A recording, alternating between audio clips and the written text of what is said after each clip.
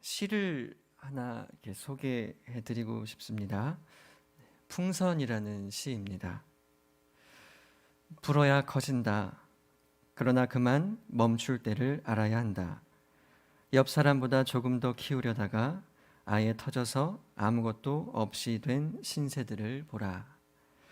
정채봉 선생님의 시, 처음의 마음으로 돌아가라는 그런 시입니다. 무엇이든 절제를 할 때를 우리가 알아야 합니다. 어디에서는 멈춰 서야 할 때를 알아야 하는 것이죠. 인생에도 신호등이 있습니다. 브레이크를 밟아야 할 때를 알아야 하는데 그만 악셀을 밟아버리고 맙니다. 초록 신호등, 이것은 출발과 통과를 의미하는 것이죠. 빨강 신호등, 이것은 정지와 멈춤을 의미합니다. 노랑 신호등, 이것은 신속히 지나가라는 사인이 아니라 정지 신호를 알리는 경고등이죠. 그런데 우리는 이 신호등을 이렇게 알고 있죠. 빨강색은 빨리 지나가고 파란색은 신속하게 지나가고. 신호를 지키지 않을 때 일어나는 사고는 조금 전에 읽어드린 것처럼 아무것도 없이 된 신세가 되게 하는 것입니다. 신호등은 반드시 지켜야 하는 것이죠. 아무것도 없이 된 신세를 막아줄 수 있는 경고이며 사인임을 우리가 알아야 하는 것입니다. 그러나 삶이 얼마나 분주한지 노랑 신호등 앞에서 우리는 멈춰 서기보다 오히려 더 세게 악셀을 눌러 그 자리를 지나가게 됩니다. 그러나 노랑불 앞에서 잠시 멈춰서면 잠시의 여유를 통하여 하마터면이라는 위험을 미리 차단할 수 있습니다. 멈출 때를 아는 것이 인생의 지혜입니다. 우리의 인생 가운데서도 신호등이 있습니다. 그런데 그 신호등의 색은 단 한 가지, 초록 신호등만 있기를 바라는 마음이 우리에게 너무 큽니다. 멈추지 않고 질주하고 싶은 것이 모든 사람들의 본능일지 모르겠습니다. 소위 잘 나간다 하는 상황과 환경에서 어떻게 우리가 멈출 수 있겠습니까? 그러나 때가 되면 멈춰서서 기다릴 줄도 알아야 하는 법이죠. 인생의 멈춤, 그것은 사람다운 삶을 만들어주는 최고의 지혜일 것입니다. 무언가로 지금 질주하고 있지는 않으십니까? 그 질주가 마치 하나님의 은혜일 것이라고 내면의 착각과 혹시 타협하고 있지는 않으십니까? 질주를 즐기는 사람의 눈에는 노랑 신호등이 보이지 않는 법입니다. 그러나 반드시 보아야 하고 노랑 신호등 앞에서 멈춰 서야만 합니다. 멈춤은 인생의 여정에서도 너무나 중요한 과정입니다. 초록불만 있는 은혜의 여정이 되기를 원하지만 어쩌면 초록불보다 더 중요한 것이 바로 노랑불을 알게 하는 은혜일 것입니다. 하나님의 은혜란 초록불을 받으며 이렇게 중얼거리는 말이 아니죠. 와, 오늘 신호빨 잘 봤네. 운전하는 분이라면 아마 이런 말을 한번 스스로 해본 적이 있을지 모르겠습니다. 막 바빠서 막 정말 어려운 상황인데 때마침 신호가 너무 잘 받아줘서 신호빨 잘 봤네 오늘. 그 은혜를 경험한 순간 그러나 누구도 멈추지 않습니다. 우리는 그 순간 내 방법이라는 악셀을 밟고 절대로 떼지 않게 되는 것입니다. 멈춤의 신호를 보내시는 하나님, 그러나 우리의 욕심은 고속 주행의 악셀을 밟아버리고 맙니다. 하나님이 켜시는 노랑 신호등도 보이지 않을 만큼 눈이 멀게 되어 멈춰 설 때를 놓치고 말죠. 여러분, 보고 또 보아야 합니다. 하나님께서 보내시는 노랑 신호등을 반드시 보아야 합니다. 함께 가기를, 또한 온전한 방향으로 가기를 원하시는 분이시기에 우리는 그 사인을 잘 분별해야만 합니다.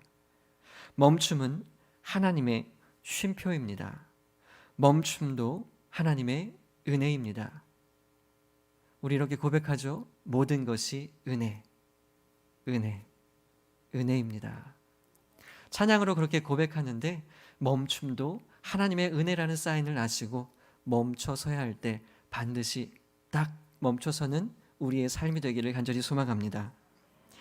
오늘 우리가 보는 본문은 22장부터 24장 사이의 한 사건의 내용입니다. 우리가 너무나 잘 아는 이야기이죠. 멈추지 못해 자멸하는 한 선지자의 모습을 통해 우리의 신앙을 돌아보게 하는 아주 중요한 말씀입니다.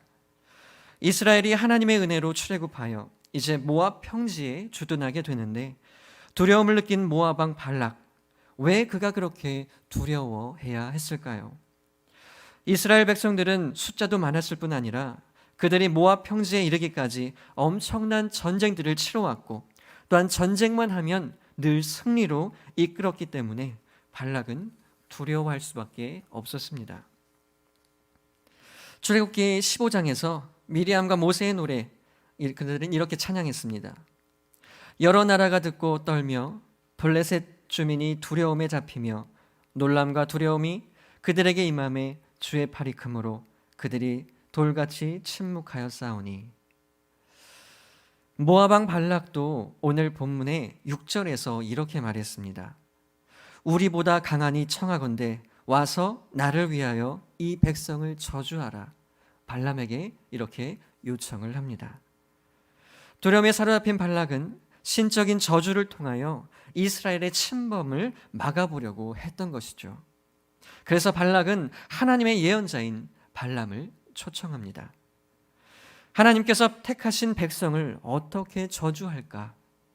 이는 제정신이 아니고서는 할 수 없다는 것을 알았던 발람은 첫 번째 청탁을 거절하고 두 번째 청탁 후에 발락 왕이 보낸 사신을 따라 나서려고 합니다.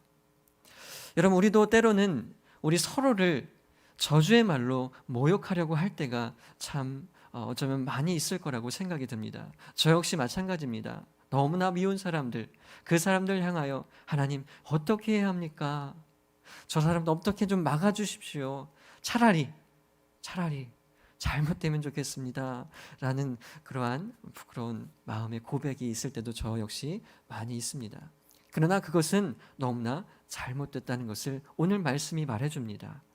저들 역시도 하나님이 선택하셨고 하나님이 사랑하시는 사람들인데 어찌 우리가 저들을 모욕할 수 있겠습니까? 저주의 기도를 어찌 할 수 있겠습니까? 발람은 영적 무지함을 드러내고야 맙니다. 발락 왕이 보낸 청탁 선물을 보고 나서 순간적 탐욕에 눈이 멀고 맙니다. 제대로 된 선지자라면 처음부터 완고하게 절대 그럴 수 없다라고 말해야 했지만 은금에 눈이 어두워서 그는 멈춰 서야 할 때를 놓치고 맙니다. 왜 그의 행동이 무지일까요? 그에 대한 성경의 평가가 그의 무지함에 대하여 대답해 줍니다. 요한계시록 2장 14절의 말씀입니다. 우리 함께 읽어보겠습니다. 그러나 내게 두어 가지 책망할 것이 있나니 거기 내게 발람의 교훈을 지키는 자들이 있도다. 발람이 발락을 가르쳐 이스라엘 자손 앞에 걸림돌을 놓아 우상의 제물을 먹게 하였고 또 행음하게 하였느니라. 그들의 악행에 대하여 하나님은 버가모 교회에 대한 책망의 이유로 이렇게 언급하셨습니다. 성경은 또한 그를 미친 행동을 했던 선지자로 표현하고 있습니다. 베드로후서 2장 15절 16절은 이렇게 말씀하고 있습니다. 제가 읽겠습니다. 그들이 바른 길을 떠나 미혹되어 부올의 아들 발람의 길을 따르는도다. 그는 불의의 삭슬을 사랑하다가 자기의 불법으로 말미암아 책망을 받되 말하지 못하는 나귀가 사람의 소리로 말하여 이 선지자의 미친 행동을 저지하였느니라. 유다서도 동일하게 말합니다. 삭슬을 위하여 발람의 어그러진 길로 몰려갔으며 라고 말하고 있습니다. 그가 마음에 품은 것은 하나님의 뜻이 아니라 바로 불의의 삭, 곧 돈이었습니다. 성경은 돈이 일만하게 뿌리라고 말하며 돈을 사랑하지 말라고 말씀합니다. 돈이 나쁜 것은 아닌데 그러나 많은 경우 돈으로부터 욕심이 발동이 되게 되죠. 그래서 성경은 돈이 곧 악의 뿌리라고 말하고 있는지도 모릅니다. 여리고 전쟁 시 잠시 눈이 멀었던 아간을 통해 그의 온 가족이 생명이 멈추게 되는 사건이 있었습니다. 아나니아와 삽비라 역시 잠시 눈에 멀어 생명이 멈추게 되었던 사건도 우리는 알고 있습니다. 기억해야 합니다. 내 뜻을 세우기 위해 욕심이 발동하게 될 때 내가 멈추지 않으면 하나님이 멈추십니다. 멈출 수 없는 욕심에 의한 하나님의 멈춤은 그러나 쉼표가 아니라 바로 마침표가 될 수 있다는 것을 우리는 기억해야 할 것입니다. 발람은 불의의 삭새 눈이 멀어 그만 멈출 때를 알지 못했던 것이죠. 성경은 두 주인을 함께 섬길 수 없다고 말씀합니다. 성경은 이러한 사람들의 수식어를 거짓이라고 말씀하고 있습니다. 발람도 그 중에 하나였던 것입니다. 거짓 선지자, 거짓 선생, 이렇게 말할 수 있는 것이죠. 믿음이 굳건하게 세워져 있어도 말씀 앞에, 기도 앞에, 예배 가운데 바로 서지 못하면 우리에게도 이러한 상황이 찾아올 수 있다는 것을 경각심을 우리는 가져야 할 것입니다. 우리의 삶에 하나님과 세상 사이에서 저울질하게 되는 경우가 빈번하게 나타납니다. 그럴 때 우리는 어떻게 해야 하는가? 여러분, 무슨 방법이 있을까요? 하나님께서 또 쉼표를 찍으시는구나 라고 생각하며 우리 자신을 돌아보며 기도해야 하는 것이 우리의 한 가지 방법이지 않을까요? 발람이 아침에 일어나서 나귀를 타고 모압 사신들과 함께 길을 갈 때 하나님의 진노가 바로 앞에 놓였던 것입니다. 여호와의 사자가 발람의 갈 길을 막으려고 칼을 빼어 손에 들고 선 것을 이제 나귀가 보게 되는 것이죠. 놀란 나귀는 길에서 벗어나 밭으로 피했습니다. 발람이 일어나 나귀를 타고 갈 때 여기서 일어나라는 그 말 속에는 이러한 의미가 담겨 있습니다. 거역하다, 대적하다, 이런 의미를 가지고 있는데 이미 발락 왕이 보내준 선물에 눈이 어두워졌다는 말이고 하나님의 뜻을 등졌다는 말로 이 일어나라는 표현을 이렇게 성경에 담겨져 있습니다. 이 장면은 바로 하나님이 보내는 노랑 신호등을 볼 수 없었다는 것을 말씀해 주는 것이죠. 이미 영적으로 무지하게 된 발람은 탐욕으로 가득한 욕심의 악셀을 꽉 밟아버리고 합니다. 뗄 수 없을 만큼 질주하고 있었던 것이죠. 노랑 신호등이 켜졌지만 신속하게 통과하기 위하여 그는 더 악셀을 밟고 맙니다. 그의 마음은 이미 이스라엘을 저주하여 많은 재물을 얻으려는 생각과 마음으로 가득 채워져 있었습니다. 물질에 눈먼 발람은 이놈의 나귀가 왜 이렇게 말을 안 들어 하며 채찍질을 가합니다. 더욱더 하나님의 여호와의 사자가 나귀에게로 가까이 오자 나귀는 그만 발람의 발 앞에 엎드렸습니다. 발람은 화가 나서 자기 지팡이로 나귀를 때리죠. 아무것도 볼 수 없었던 발람, 다른 환경을 탓합니다. 자기의 악한 행위를 하나님의 등졌다는 그 사실을 망각한 채 오직 그의 앞에 닥친 환경과 상황만을 탓하게 되죠. 여러분, 우리의 모습을 한번 돌아봤으면 좋겠습니다. 하나님께서 주시는 그 사인을 보지 못한 채 얼마나 상황과 환경을 탓할 때가 우리에게 많았는지요. 오히려 다른 사람들을 탓하게 될 때가 우리는 얼마나 많았는지요. 우리는 발람의 이 행동 앞에 다시 한번 우리의 마음을 한번 우리의 신앙을 돌아보아야 하지 않을까요? 상황과 환경은 모든 것이 하나님의 섭리 속에 이끌어져 가는 것이죠. 그 속에 사인이 있다는 것을 놓치면 안 될 것입니다. 멈춰 서야 할 때 멈춰 서는 것이 지혜임을 다시 한번 우리에게 말씀해 주십니다. 여러분, 그때 기적 같은 일이 벌어집니다. 성경에서 동물이 딱 2번 말하는데 그중 한 번, 바로 이 장면에서 나귀가 입을 연 것입니다. 나귀는 발람에게 내가 당신에게 무엇을 하였기에 세 번이나 나를 때립니까? 라고 말했습니다. 발람은 내 말을 듣지 않았기에 때렸던 것이고 내 손에 칼이 있었더라면 너는 죽은 목숨이야 라고 대답합니다. 대답하였습니다. 나귀는 섭섭한 마음을 표현합니다. 나는 발람, 당신이 일생 동안 탔던 나귀가 아닙니까? 내가 언제 당신의 말을 거역한 적이 한 번이라도 있었습니까? 라고 물을 때 발람은 없었다 라고 말을 하죠. 그때 하나님께서 발람의 눈을 밝히셔서 비로소 칼을 빼어든 여호와의 사자가 길을 막고 있었던 것을 보게 됩니다. 하나님께서 참다 못해 돈의 눈이 어두워져 악세를 밟고 질주하는 발람을 멈추게 하셨던 것이죠. 여러분, 참으로 우화적이며 동화 같은 이 이야기를 통하여 여러분, 우리는 무엇을 느끼고 무엇을 생각하게 될까요? 하나님께서 우리를 통하여 일하실 때 초록 신호등을 보여주시기도 하지만 반드시 초록 신호등만이 아닌 때에 따라 노랑 신호등도 보여주신다는 사실을 여러분 다시 한번 기억해야 할 것입니다. 노랑 신호등은 빨리 가라는 사인이 아니라 이제 멈춰 서야 할 때를 알게 하시는 지혜입니다.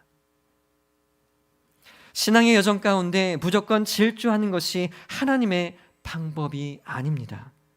발람의 모습처럼 점점 우리의 욕심으로 믿음이 변질되어 하나님의 뜻을 이루어가지 못할 때 하나님께서는 말도 안 되는 일들을 노랑 신호등으로 때에 따라 우리에게 보여주십니다. 발람의 패역함을 보시고 질주 본능을 멈추셨던 것처럼 우리의 질주 본능도 멈추게 하시려고 끊임없이 우리에게 노랑 신호등을 보여주십니다. 멈춰라. 멈춰라. 지금은 멈춰야 할 때이다. 한 번은 제가 사역하던 곳에 전도사님 한 분이 이렇게 저에게 고백을 해주시더라고요. 목사님, 제가 지금 좀 주식을 하고 있어요. 제대하고 나서 모았던 돈으로 주식을 하고 있습니다. 근데 계속 그렇게 얘기하다가 근데 돈을 많이 좀 모았다고 해요. 그런데 계속 이야기하다 보니까 그러면 어떻게 해서 돈을 이렇게 잘 모을 수 있냐? 주식의 방법이 있냐? 네. 빠질 때 빠지는 겁니다. 이게 핵심이라고 합니다. 무조건 계속 기다리고 계속 이렇게 막 투자하는 게 아니라 멈출 때 멈추는 것, 빠질 때 빠지는 것, 이것이 돈을 버는 방법이라고 말을 했는데 저는 그 뒤에 이렇게 말해줬습니다. 전사님, 제가 볼 땐 전사님 여기서 멈춰야 됩니다. 저는 이게 아니라고 봅니다. 아무리 은금이 돈이 내 수중에 많이 쌓였을지라도 저는 전사님이 여기서 스탑하는 것이 하나님의 지혜일까? 저는 그렇게 한번 생각해 봅니다 라고 말했는데 전사님이 어느 날 또 한 번 얘기하더라고요. 전사님, 아니 목사님, 저 주식 다 털었습니다. 이렇게 말씀하시더라고요. 그래서 같이 한바탕 웃었던 그런 기억이 있습니다. 여러분, 많은 상황 속에 우리가 질주해도 되겠다 하는 상황들이 많이 있습니다. 그러나 그 순간에도 우리는 기억해야 합니다. 무엇을요? 하나님께서 주시는 노랑 신호등의 사인, 멈춰라, 멈춰라, 이것입니다. 멈춤은 하나님의 쉼표입니다. 멈춰야 할 때를 아는 것이 또한 지혜입니다. 아직도 끝나지 않은 팬데믹 코로나19, 그야말로 모든 것을 멈추게 할 수밖에 없던 상황으로 세상을 몰아갔죠. 그리고 지금까지도 이렇게 끊임없이 오고 있습니다. 이제는 많은 목회자들이 말할 수 있는 것처럼 코로나19는 하나님의 질서가 무너진 세상에 잠시 하나님께서 쉼표를 찍으신 것이 아닌가. 지금도 벗지 못하는 마스크는 침묵의 사인이며 침묵을 통한 자기 말에, 우리 말에 멈춤일 것입니다. 비대면과 격리는 사람의 뜻을 도모하여 세우는 것에 대한 바로 하나님의 멈춤일 것입니다. 멈춤에 익숙하지 않은 우리에게 하나님은 코로나19로 은혜의 질서를 다시 세우기 위하여 훈련하고 계시지 않는가, 지금의 때를 통하여 다시 한번 깨닫게 됩니다. 이경희 작가라는 분이 있습니다. 그가 쓴 멈춤이라는 책을 통해 이렇게 한 구절이 쓰여 있는 것을 보게 됩니다. 멈추는 것이 신앙이다. 아둥바둥 살아가는 상황을 멈추고 참 호흡 대신 그분의 숨을 다시 얻는 것. 하나님이 내게 진짜 원하시는 그런 참 자아를 발견하는 것이 신앙이다. 멈춤은 잃어버린 정체성을 회복하고 산산조각 난 자아를 다시 끼워 맞추는 하나님의 쉼표입니다. 나귀의 길을 멈추신 하나님은 발람에게 멈춤이라는 은혜의 기회를 제공해 주셨습니다. 욕망을 멈추지 못했던 발람의 인생에 그냥 단번에 마침표를 찍을 수 있으셨지만, 그러나 하나님은 쉼표를 통하여 자신의 정체성을 깨닫게 하시기를 원하셨던 것입니다. 그러나 처음부터 은금과 타협한 마음은 그 은혜의 기회를 산산조각 내버리게 되죠. 사실상 선지자라면 멈추는데 익숙해야 하지 않을까요? 그러나 발람은 그의 판단과 그의 선택과 그의 결정으로 멈춤의 사인을 무시한 채 질주했던 사람으로 결국은 칼날에 자신의 생명의 마침표를 찍게 되었다고 성경은 말하고 있습니다. 우리 같이 한번 읽겠습니다. 그 죽인 자 외에 미디안의 5왕을 죽였으니 미디안의 왕들은 에이와 레겜과 수르와 레바이며 또 부올의 아들 발람을 칼로 죽였더라. 여러분, 혹시 지금 멈춤의 시기를 놓쳐 질주하고 있지는 않으십니까? 무엇이 여러분의 여유를 빼앗고 그렇게 질주하게 만들고 있습니까? 하나님의 인도하심이라는 노랑 신호등도 무시한 채, 아니 볼 수 없을 만큼 눈이 어두워져 모든 신호등이 초록불인 것처럼 여러분, 우리를 질주하게 만들고 있지는 않습니까? 하나님의 뜻을 잃어버림을 알고 있다면, 세상이 보여주는 유혹들로 인하여 변질된 나를 보았다면, 여러분의 신호등은 지금, 우리의 모든 신호등은 노랑 신호등일 것입니다. 그래서 지금은 멈춰야 할 때일 것입니다.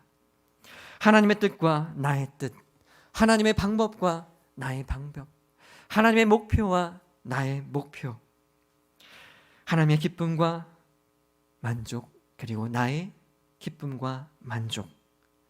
여러분, 이 가운데 무엇이 우리의 우선순위일까요? 폭주하는 기관차 같은 우리 자신의 욕망을 지금 멈춰야 할 때입니다. 하나님의 쉼표 앞에 잠시 멈춰서서 여러분, 초록불을 기다리십시오.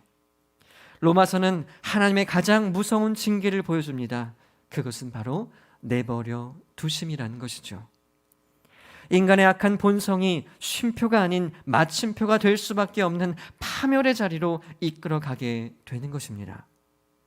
하나님은 우리에게 멈춤의 은혜를 주시려 우리를 측은히 여기시며 나귀를 보내주고 계십니다. 나귀를 통하여 잘못된 길로 나아가는 발람을 막으신 것처럼 우리의 고장난 마음을 주님께서 고쳐주기를 원하십니다.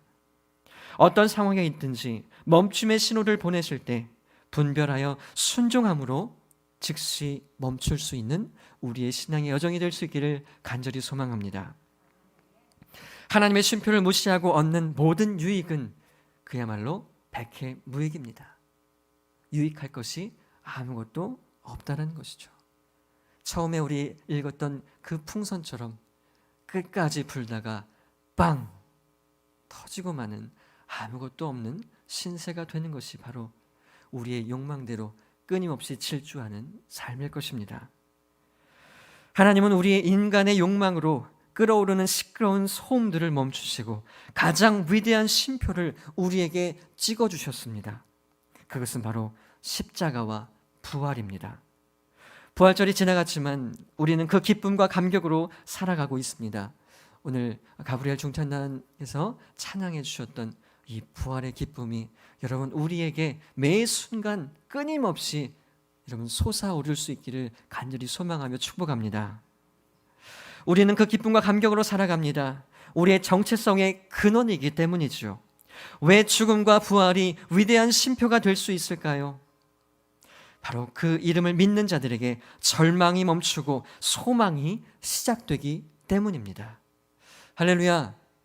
우리의 절망은 바로 십자가와 부활 앞에서 멈출 수 있습니다. 할렐루야. 지금 당한 우리의 모든 어려움과 모든 고통과 모든 눈물도 바로 십자가와 부활 앞에 멈출 수 있음을 믿습니다. 질병도 멈출 것이고 가난도 멈출 것이고 안타까움의 눈물도 멈출 것이고 모든 아픔이 멈출 것을 믿습니다. 할렐루야. 네, 그 부활의 감격, 그 부활의 산소망이 우리 모두에게 있기를 간절히 소망합니다. 말씀을 마무리하겠습니다. 하나님은 우리의 삶 가운데 끊임없이 멈춤의 쉼표를 찍으십니다. 은혜의 발걸음이 되길 원하시기 때문이죠. 우리의 멈춤이 하나님의 시작이 됩니다. 멈춰서야 할 때 멈추는 지혜가 우리에게 있기를 간절히 소망합니다. 기도하겠습니다.